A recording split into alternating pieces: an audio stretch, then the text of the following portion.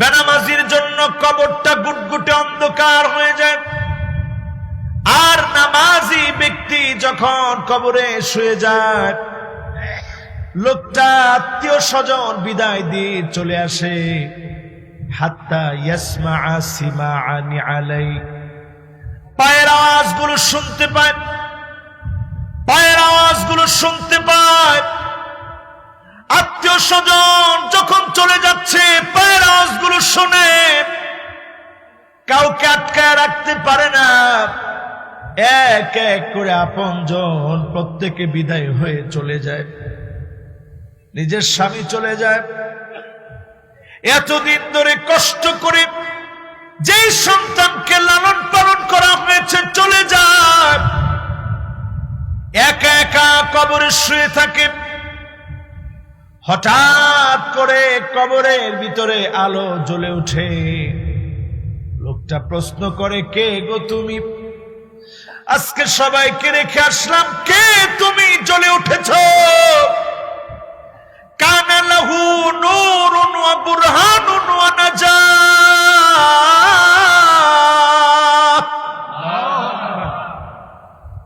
আমি আজকে তোমার নামাজ, অন্ধকার কবরে আলো হয়ে জ্বলে গেলাম, সাক্ষী হয়ে দাঁড়ায় গেলাম।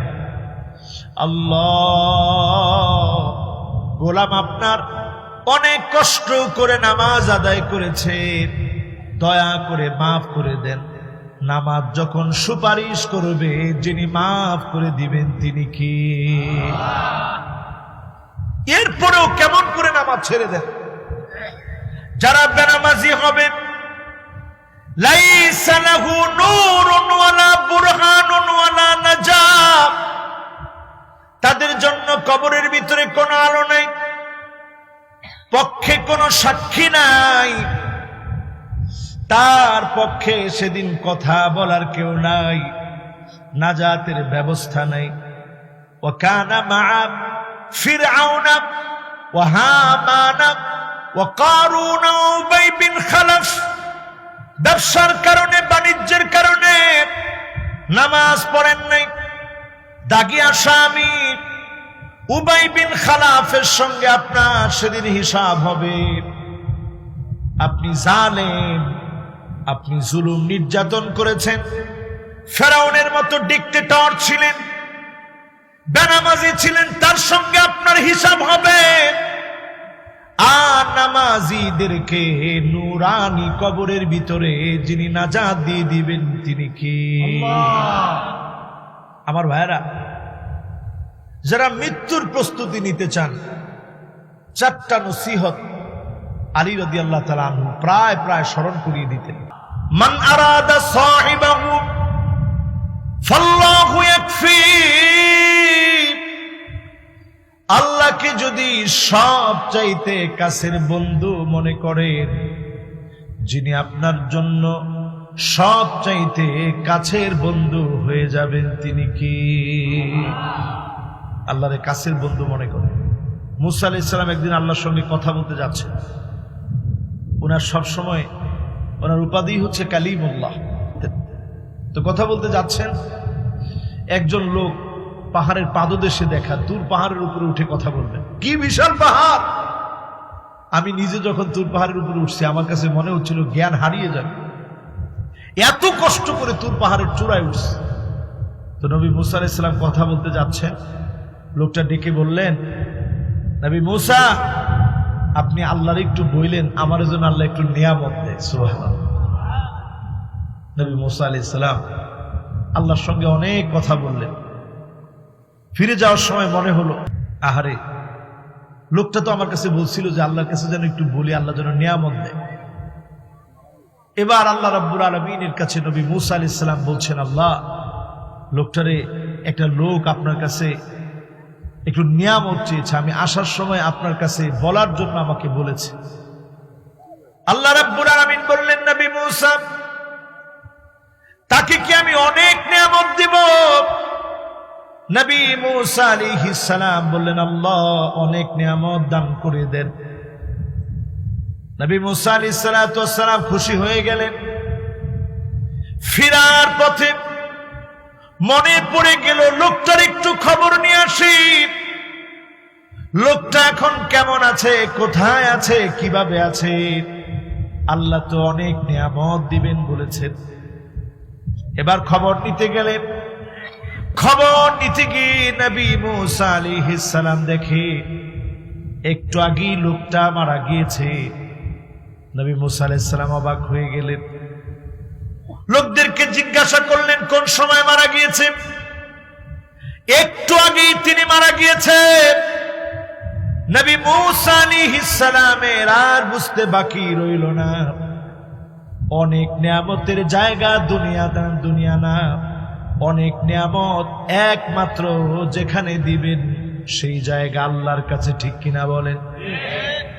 অনেক নিয়ামতের জায়গা দুনিয়া নয়, অনেক নিয়ামতের জায়গা কবরের জীবন থেকে শুরু হয়। অনেক নিয়ামতের জায়গা, অজস্র নিয়ামতের জায়গা, গুণে শেষ করতে পারবেন না এমন নিয়ামতের জায়গা। ওই নিয়ামতের জায়গা ঠিক করার জন্য আজকে যারা আমরা এখানে বসছি, একটু চিন্তা করেন কয়জন আমরা মৃত্যু পথের পথযাত্রী হিসাবে চিন্তা করছি। এরপরে আসেন, যারা এখানে বসলাম আমরা কতক্ষণ বাঁচবো আমরা কেউ জানি? মৃত্যু পথের পথযাত্রীদের সব সময়ের একটা ঠিকানা, যে ঠিকানা তাকে তার রবের সাথে সম্পৃক্ত করে দেয়, ওই ঠিকানাটার নাম হচ্ছে, ওই ঠিকানার নাম হচ্ছে তাওবা। সবাই বলেন কি নাম? আর একটু মহব্বত নিয়ে বলেন কি নাম? তাওবা। বেশি বেশি পরিমাণ তওবা করা। আর রুজুউ মিন সিফাতিন মাযমুমাতিন ইলা সিফাতিন মাহমুদা। আগে নিজেকে খারাপ কাজের ভিতরে দেখতেন, গুনাহের কাজের মধ্যে দেখতেন, একটু মন থেকে তাওবা করে ফেলেন, মুহূর্তের ভিতরে যিনি মাফ করে দিবেন তিনি কে? মুসা আলাইহিস সালামের কথা একটু আগেও বলছি, আবার একটু বলি। নবী মুসা আলাইহিস সালাম, অনেক দিন ধরে বৃষ্টি হচ্ছে না, বিশাল খোলা জায়গায় নবী মুসা আলাইহিস সালাম আল্লাহর কাছে হাত তুললেন, আল্লাহ ইলাহি আসকিনা গাইসাক ওয়ানশুর আলাইনা রাহমাতাক ওয়ারহাম বিল আতফালির রুদ্দাইন ওয়াশ-শুয়ুখির রুকাইন ওয়াল বাহাইমির রুদ্দাইন। আয় আল্লাহ তাআলা, পশু পাখি পর্যন্ত কষ্ট পাচ্ছে, ছোট্ট ছোট্ট বাচ্চাগুলা কাঁদতেছে, দাড়ি পাকা মুরব্বীরা কষ্ট করছে, শিশু বাচ্চাগুলা চিৎকার করছে। রব্বুল আলামিন মেহেরবানি করে রহমতের বৃষ্টি দান করে দেন। নবী মুসা আলাইহিস সালাম দোয়া করছে। আল্লাহ পাক বললেন, নবী মুসা শোনো, দোয়া কবুল হয় নাই। ইন্না ফীকুম আবদান ইউবারিজুনি বিল মাআসি মুনযু 40 সানা। 40 বছর ধরে একজন নাফরমান ব্যক্তি তোমার এলাকায়, তোমার এই মানুষগুলোর ভিতরে, তোমার এলাকায়, তোমার এই বিশাল জনগণের ভিতরে বসা আছে। 40টা বছর ধরে আমার খেয়ে আমার পরে আমার নাফরমানি করে। আমি আল্লাহর বড় রাগ হয়েছে, গোসা হয়েছে। সে উঠে চলে না গেলে বৃষ্টি দেব না। নবী মুসা আলাইহিস সালামকে বললেন, নবী মুসা ডাক দাও। মুসা আলাইহিস সালাম বললেন, আল্লাহ এখানে হাজার হাজার বনি ইসরাইল, আমি কেমন করে ডাক দিব? আমি তো একজন মাত্র মানুষ। আল্লাহ পাক বললেন, মিন কান্নিদা ওয়া মিনাল বালা। তোমার কাজ শুধু ডাক দেওয়া, আমি আল্লাহ প্রত্যেকটা কানে কানে ডাকটা পৌঁছায় দিব।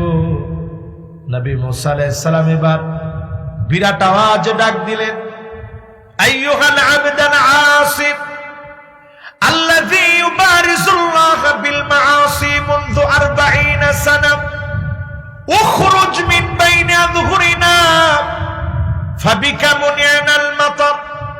ও পাপিষ্ঠ, 40টা বছর ধরে যে নাফরমানি করলাম এখান থেকে উঠে চলে যাও।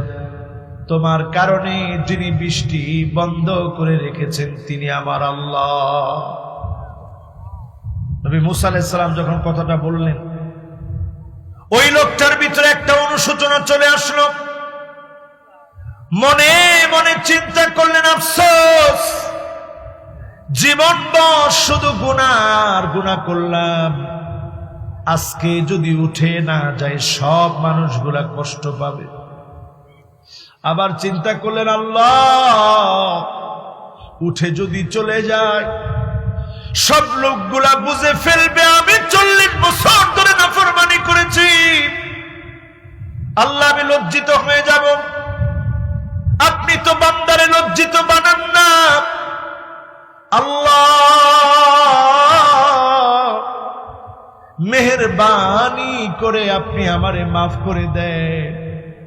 চাদর দিয়ে চেহারাটা ঢেকে ফেলল।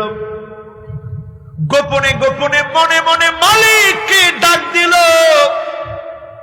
ডাক দিতে দেরি মুহূর্তের ভিতরে যিনি বৃষ্টি দিতে দেরি করলেন না তিনি কে? নবী মুসা আলাইহিস সালাম অবাক হয়ে বললেন, মালিক, একটু আগে আপনার কাছে বৃষ্টি চেয়েছি, আপনি বলছেন বৃষ্টি হবে না, এখন কার কারণে বৃষ্টি দিলেন? আল্লাহ বললেন, নবী মুসা শোনো, যার কারণে আমি আল্লাহ বৃষ্টি বন্ধ রেখেছিলাম তার একটা বারের তাওবার কারণে আমি আল্লাহ বৃষ্টি দিয়ে দিলাম। নবী মুসা আলাইহিস সালাম এবার আগ্রহ ভরে বলতেছে, আল্লাহ, লোকটার একটু আমি দেখতে চাই। একবার তওবা করলো, 40 বছরের গুনাহ মাফ করে দিলা। আল্লাহ, আমি একটু দেখতে চাই। আল্লাহ বললেন, নবী মুসা, আমি কি আমার গোলামরে এখন লজ্জা দিব? আফদাহুহু ওয়া হুয়া ইউতিউনি, এখন আমার গোলাম আনুগত্য স্বীকার করে নিয়েছে, আমার গোলামি মেনে নিয়েছে। যখন আমার গোলাম আমাকে ভুলে গিয়েছিল, আমার কথা মনে করে নাই, তখনও তো আমি আমার গোলামটাকে লজ্জা দেইনি। আফদাহুহু ওয়া হুয়া ইউতিউনি, এখন কি লজ্জা দিব? তোমারে যদি আমি বলি অমুকের 40 বছরের তাওবা, একবারের তাওবায় 40 বছরের গুনাহ মাফ করে দিয়েছি, তুমি যদি তার কাছে যাও লোকটা লজ্জা পেয়ে যাবে। আমি আল্লাহ লজ্জা দিব না, বিনা লজ্জা দিয়ে যিনি মাফ করে দেন তিনি কে? মহব্বত নিয়ে আজকে আল্লাহকে ডাক দিয়ে বলেন তো আল্লাহ। আরেকটা বার ডাক দিয়ে বলেন তো আল্লাহ। যিনি আমাদের ডাকটা পরিষ্কার শুনেন তিনি কে? একেবারে কি আদর করে আমাদেরকে আল্লাহ তাআলা ভালো রাখছেন, সুস্থ রাখছেন, নিয়ামত দিচ্ছেন, সময় দিচ্ছেন। এই সময় যারা বসলাম, বন্ধু বানাবো কারে? আল্লাহকে। 2 নাম্বার নসিহত আজকের মাহফিল থেকে, এটা আমার নসিহত না, আলী রাদিয়াল্লাহু তাআলা আনহু নসিহত করে গিয়েছেন। 2 নাম্বার নসিহত, মান আরাদা মুনিসান ফাল কুরআন ইয়াকফি। কোরআনকে যদি আপনি আপনার সঙ্গী বানায় নিতে পারেন, নিঃসঙ্গতা যিনি দূর করে দিবেন তিনি কে? এই কোরআনকে যদি আমার পার্লামেন্টে ঢুকানো যেত, গোটা দেশটাকে যিনি জুলুম মুক্ত করতেন তিনি কে? আজকে দেখেন 1450 বছর পরে এসে প্রশ্ন উঠে, আমার রাসূলের চারিত্রিক সৌন্দর্যের উপরে কুলাঙ্গার বেঈমান, যাদের চারিত্রিক কোনো সৌন্দর্য নাই, যাদের চরিত্র নাই, সেই সমস্ত মহিলা আমার নবীর চরিত্রের উপরে কালেমা লাগাতে চায়, ঠিক কিনা বলেন? আর সারা দুনিয়া ফুসলে উঠেছে, তোমরা আমার ঈদগাহে বাধা দিয়েছ। ভারতের ঈদগাহে মুসলমান নামাজ আদায় করেছে, সেই ঈদগাহের জামাত কেন বড় হলো? এজন্য মুসলমানকে তারা আঘাত করেছে। তখনও সারা পৃথিবী জবাব দেওয়া দরকার ছিল। মুসলমানের বাজারের ব্যাগের ভিতরে গরুর গোশত ছিল, এজন্য পিটায়া মুসলমান হত্যা করা হয়েছে। ঘরের ফ্রিজের ভিতরে গরুর গোশত, মুসলমান পিটায়া তারা হত্যা করেছে। আমার বাবরি মসজিদকে তারা তাদের মন্দির আছে বলে বাবরি মসজিদের ঐতিহ্যকে যারা ভেঙে দিয়েছে, আল্লাহর গজব এখন তাদের উপরে প্রতীক্ষায় আছে, ঠিক কিনা বলেন? সারা দুনিয়া আজ ফুসলে উঠেছে। ওরা তো জানে না আমরা আমার নবীর জন্য নিজের জীবন কুরবানি করতে পারি, ঘর বাড়ি কুরবান করতে পারি, মা বাপ কুরবানি করতে পারি, নিজের স্ত্রী কুরবানি করতে পারি, সন্তান সন্ততি কুরবানি করতে পারি, ঠিক কিনা বলেন?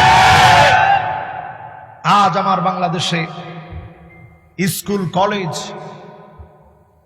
সব ছেলেরা, আমি দেখলাম স্কুল কলেজের অল্প বয়সের বাচ্চারা তারা স্লোগান দিচ্ছে, বিশ্ব নবীর অপমান সইবে না আর মুসলমান। আল্লাহ আকবার। এই যে একটা অবস্থা এখন সৃষ্টি হয়েছে, মুসলমান ইতিহাস ভুলে গেলে চলবে না। ভারতের ইতিহাসের দিকে তাকায় দেখেন, 712 খ্রিস্টাব্দে মুহাম্মদ বিন কাসেম, যার নেতৃত্বে বিজয় অর্জিত হয়েছে, উনাকে ডেকে নিয়ে যাওয়া হয়েছে। হিন্দু জমিদারদের জুলুম থেকে বাঁচার জন্য লোকেরা মুসলমানের কাছে চিঠি লিখেছে। ওই চিঠি পাওয়ার পর মুহাম্মদ বিন কাসেম সেখানে গিয়েছেন, বিজয় অর্জিত হয়েছে। 1000 বছরের গৌরব গাথা মুসলমানের ইতিহাস খুঁজে দেখেন, মন্দির মুসলমান ভাঙে নাই, তাদের কোন মন্দিরে কোন মূর্তির গায়ে মুসলমান আঘাত করে নাই। এজন্য আজকে তোমরা মন্দির খুঁজে পাও। 1000 বছরে মুসলমান যদি মন্দিরগুলোকে ঘুরিয়ে দিত, তোমাদের মূর্তিগুলোকে যদি ভেঙে দিত, তোমরা আজকে নিশানা পেতে না, কোন মন্দির কোন মূর্তি থাকতো না। 1000 বছর শান্তিপ্রিয় মুসলমান শান্তির পরিচয় দিয়েছে, ঠিক কিনা বলেন? আম্মা জান হযরত আয়েশা বলেন, আমার ঘুম ভেঙে যেত, কানটাকে হুজুরের জবানের সামনে নিয়ে যেতাম, আমি শুনতাম গড়গড় গড়গড় করে ভিতর থেকে আওয়াজ হচ্ছে, ঢুকরে ঢুকরে নবী কাঁদতেছে, আর কান্নার ভিতরে বলতেছে, আল্লাহুম্মা উম্মতি, আল্লাহুম্মা উম্মতি। ও আল্লাহ, আমার উম্মত বলে নবী কেঁদেছেন। আজকে যদি সত্যিকারের উম্মত হতাম, আজ যেভাবে প্রতিবাদ করেছি, এইভাবে যদি বুঝে শুনে নবীর সুন্নতের দিকে ফিরে আসতাম, নবীজি সেদিন আপন করে ডেকে নিতেন, যিনি শাফাতে ধন্য বানায়া জান্নাতি বানায়া দিতেন, তিনি কে? এত বন্ধু মনে করেন যাদেরকে, তারা আমার আসামে মুসলমান মেরেছে, এনআরসি করে আমার দেশে মুসলমানদেরকে পাঠিয়ে দিতে চায়, তাদের আরএসএস সারা পৃথিবীর মুসলমানদের বিরুদ্ধে চক্রান্ত করে। তারা তো এমন যারা 40,000 মসজিদে শিবলিঙ্গ আছে বলে মসজিদটাকে ধ্বংস করার পায়তারা করছে। আল্লাহ পাক ধরেন না, ধরেন না, ধরেন না, ধরা থেকে আবার জালেম রে ছাড়েন। এই জন্য সময় আসছে, ওয়ামাকারু ওয়ামাকারুল্লাহ ওয়াল্লাহু খায়রুল মাকিরিন। দ্বিতীয় নাম্বার বললাম, কোরআনের সঙ্গে সম্পর্ক বৃদ্ধি করো। 3 নাম্বার, ওয়ামান আরাদা গিনান ফালকিনাতু তাকফি। ধনী যদি হতে চান অল্পে তুষ্ট হয়ে যান। অল্পে যদি তুষ্ট হয়ে যান, অল্পে যদি আপনি বলেন আল্লাহ অনেক দিয়েছেন, কিছুই ছিল না সব আপনি দিয়েছেন, অল্পে যদি তুষ্ট হতে পারেন, যিনি আপনাকে ধনী বানায় দিবেন তিনি কে? এবার কয় নাম্বার? 4 নম্বরে ওমান আরাদা ওয়াইদান ফালমাউতু ইয়াকফি। যদি আপনি জীবন পরিবর্তন করতে চান, গুনাহ ছেড়ে দিতে চান, অন্যায় ছেড়ে দিতে চান, এই কথার ওয়াজ সবচেয়ে বেশি কার্যকরী। একদিন আমাকে মরে যেতে হবে, অন্ধকার কবরে একা একা পুকুর পাড়ে গাছের নিচে খোলা জঙ্গলের পাশে খোলা প্রান্তের মধ্যে একা শুয়ে থাকতে হবে। এই কথা যদি আপনি চিন্তা করেন, ওমান আরাদা ওয়াইদান, কোন বক্তা লাগবে না, ফাল মাউতু ইয়াকফি, মৃত্যু নামক নসিহত আপনার জীবন পাল্টায় দিবে। মরণ থেকে পালাও তুমি, মরণ তোমায় লইবে ঘিরি, যদিও সুদূর আকাশ পানে লোকাও হেথায় লাগিয়ে সিঁড়ি। এ মহারোগের ঔষধ নাই, চিকিৎসা নাই ধরাতে, কাঁদিয়া কাতর হইলে কি হবে, পারিবে না তারে ফিরাতে।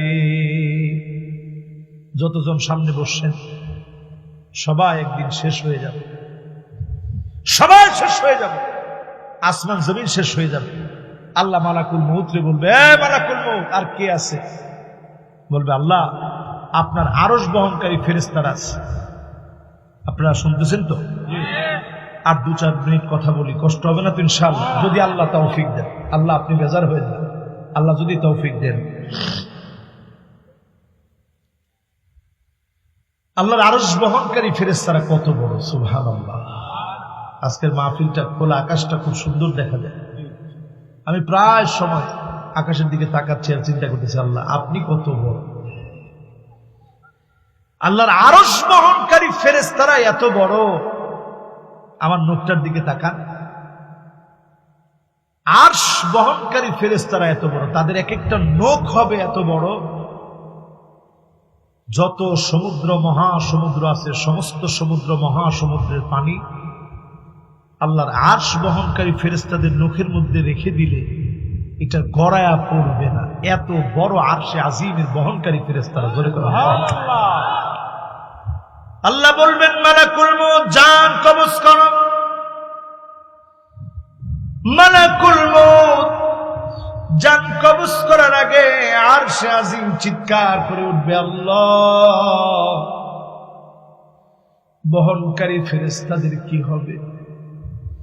আল্লাহ বলবে, এরা সব আমার মাখলুক, প্রত্যেকের মৃত্যু হবে, আরশ বহনকারী ফেরেশতারা শেষ হয়ে যাবে। আল্লাহ বলবেন, মান বাকিয়া, মালাকুল মউত রে আর কে কে বাকি আছে? আল্লাহ সব শেষ হয়ে গেছে,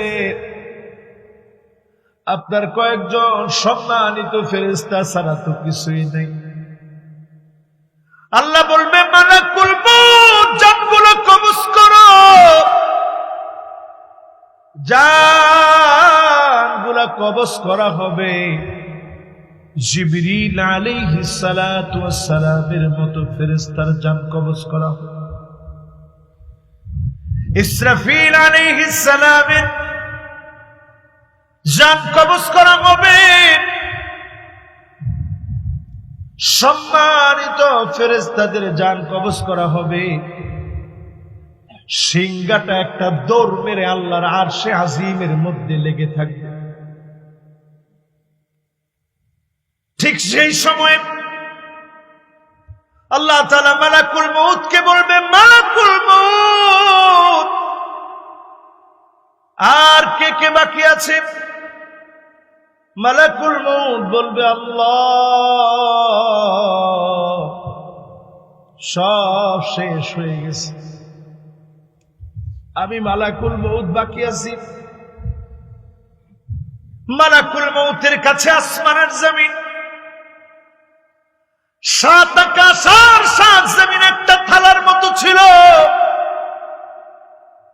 যেই মালাকুল মউত এত এত মানুষের জান কবজ করেছে, সে মালাকুল মউতকে আল্লাহ বলবে, মুতিয়া মালাকুল মউত, মালাকুল মউত তোর মৃত্যু হোক, তুইও মরে যা।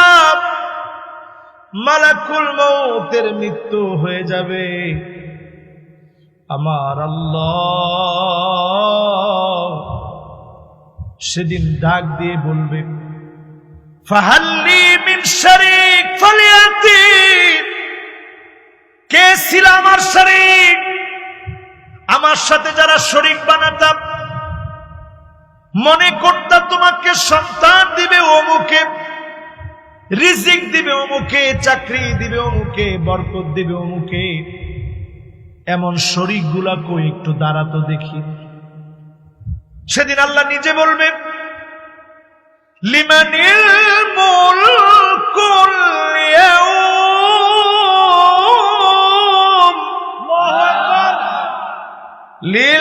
লিল্লাহিল ওয়াহিদিল কাহ্হার।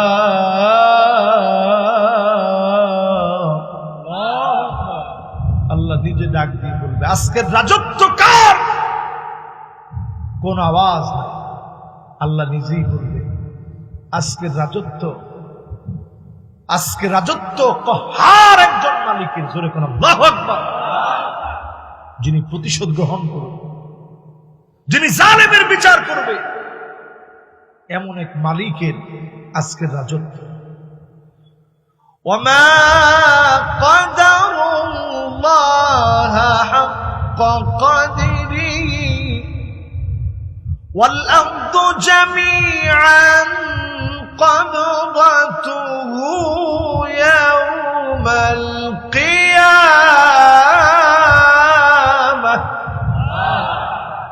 সব শেষ হয়ে যাবে, কিয়ামত সংঘটিত হবে।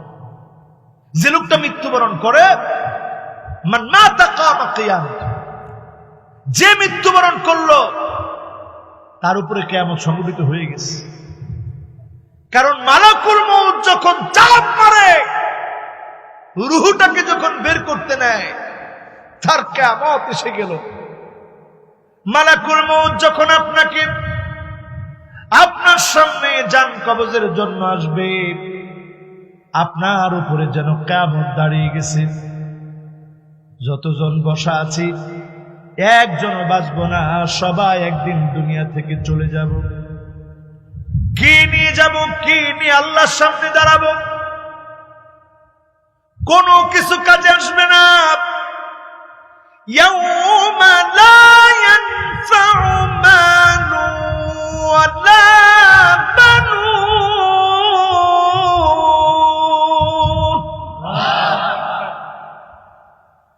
ইল্লা মান আতাল্লাহা বিকলবিন সালিম।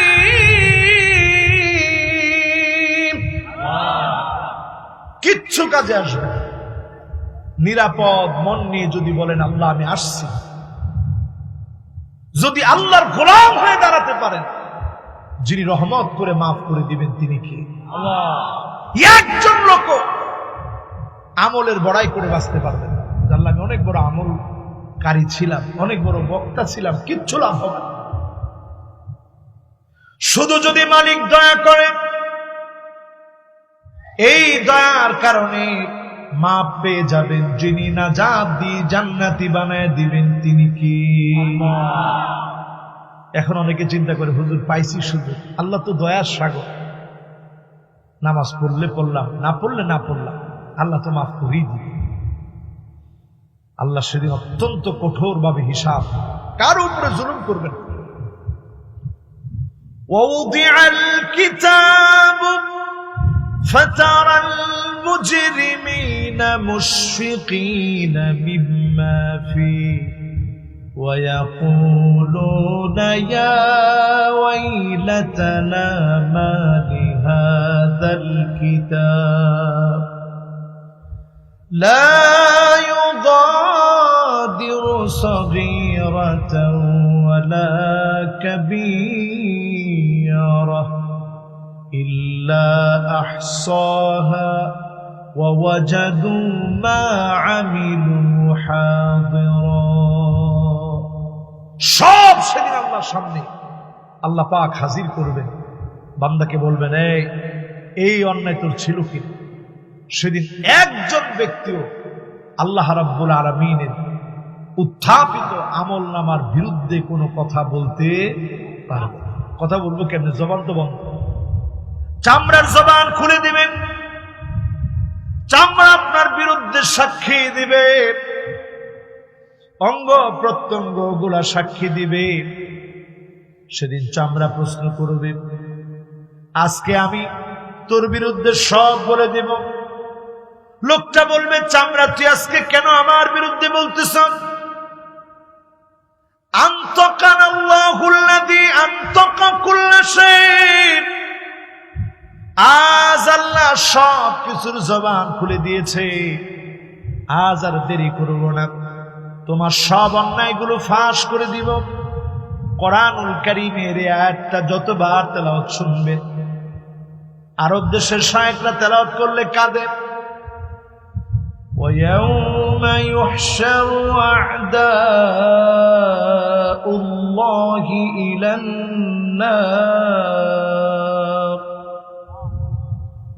وَيَوْمَ يُحْشَرُ أَعْدَاءُ اللَّهِ إِلَى النَّارِ فَهُمْ يُوزَعُونَ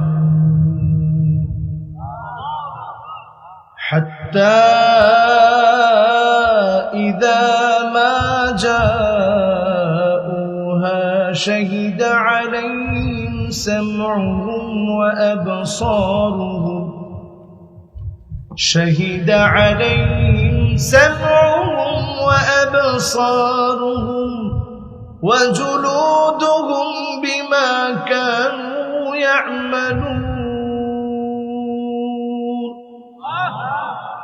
وقالوا لجلودهم لم شهدتم علينا قالوا أنطقنا الله الذي أنطق كل شيء وهو خلقكم أول مرة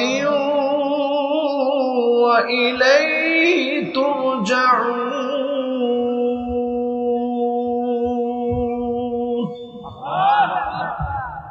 সেদিন সব শেষ হয়ে যাবে, সব বন্ধ হয়ে যাবে, আপনার চামড়া আপনার বিরুদ্ধে দাঁড়ায়।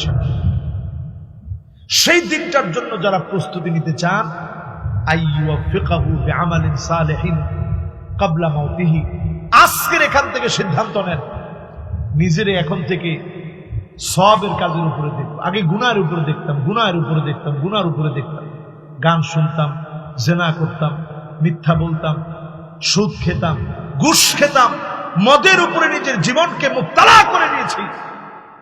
সব ছেড়ে আসতেছি, এখন নিজের শুধু ভালো কাজের উপরে দেখি। ভালো কাজের উপরে যারা দেখবেন, বুঝবেন যিনি খুশি হয়ে গেছে তিনি কে।